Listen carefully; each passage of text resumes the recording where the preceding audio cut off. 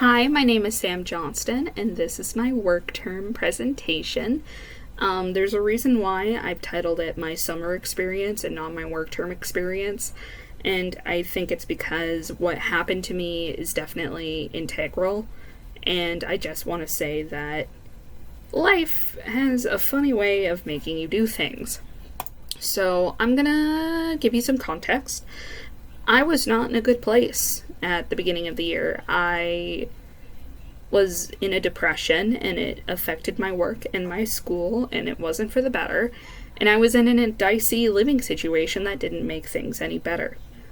So I moved out, and I started looking for jobs. Now, I didn't start looking until March, and I'm gonna tell any first year right now, do not look for a work term job in March. You will hate yourself. You will be stressed beyond belief and not have a good time.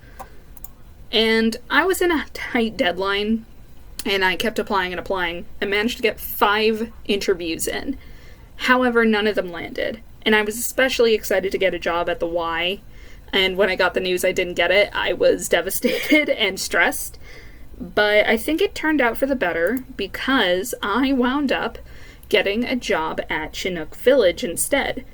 And in my mind, before I got the interview, I said, okay, if I don't get this, I will take a step back and we'll do this next summer.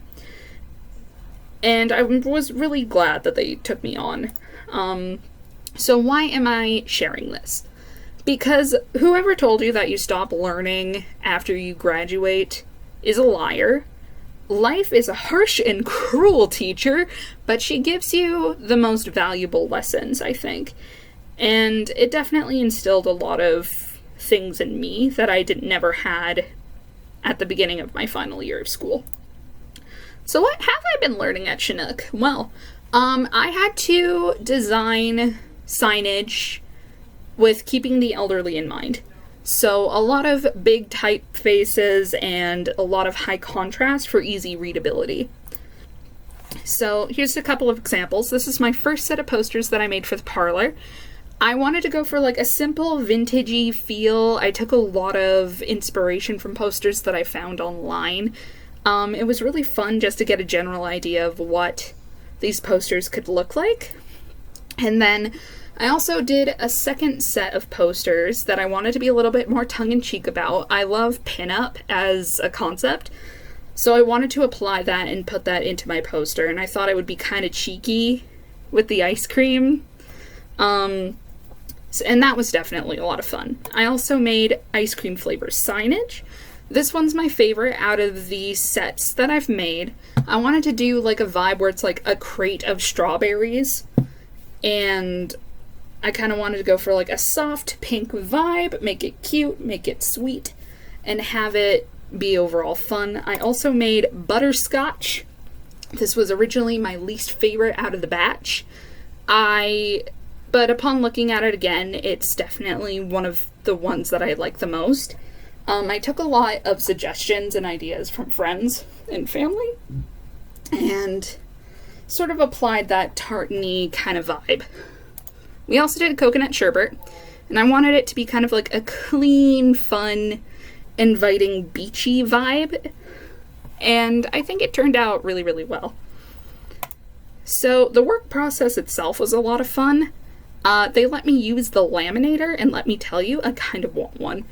There's a certain satisfaction that I think I missed a lot when I did school during the pandemic.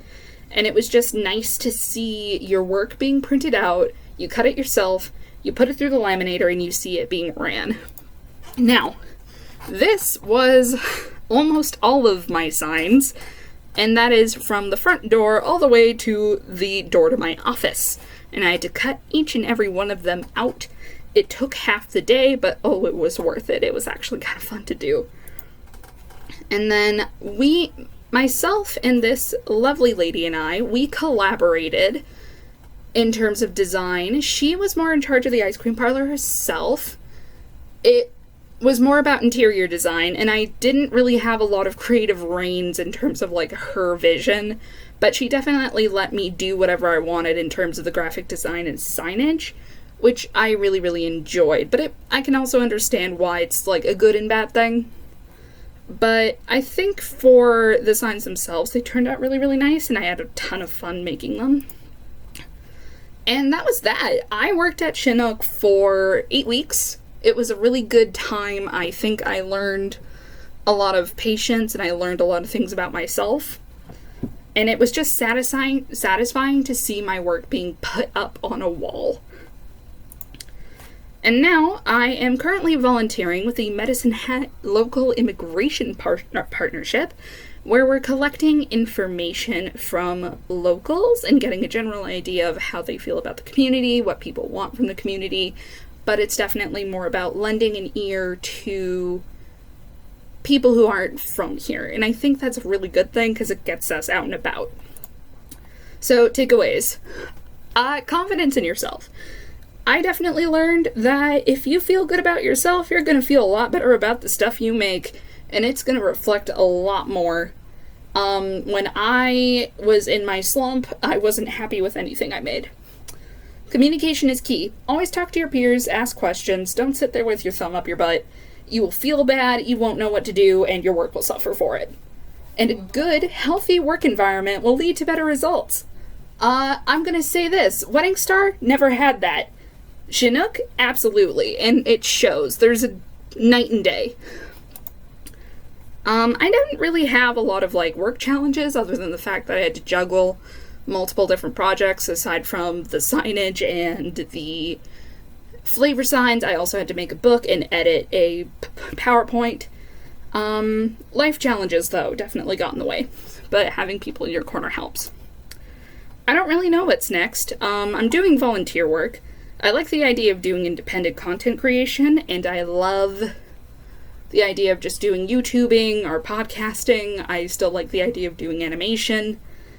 But the beautiful thing about the future is I don't really know what's next.